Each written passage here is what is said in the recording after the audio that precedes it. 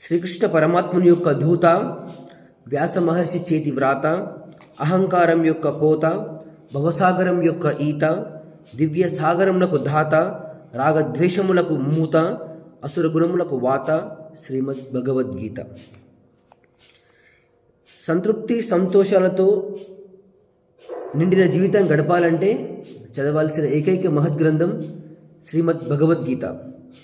Bhagavad Gita is a dynamic prescription for the life. ఏది శాశ్వతమో ఏది అశాశ్వతమో చెప్పేది శ్రీమద్ భగవద్గీత. పాపపుణ్యాలకు వివరణిచ్చేది భగవద్గీత. ఎవరు పండితుడో ఎవరు పామరుడో చెప్పేది శ్రీమద్ భగవద్గీత.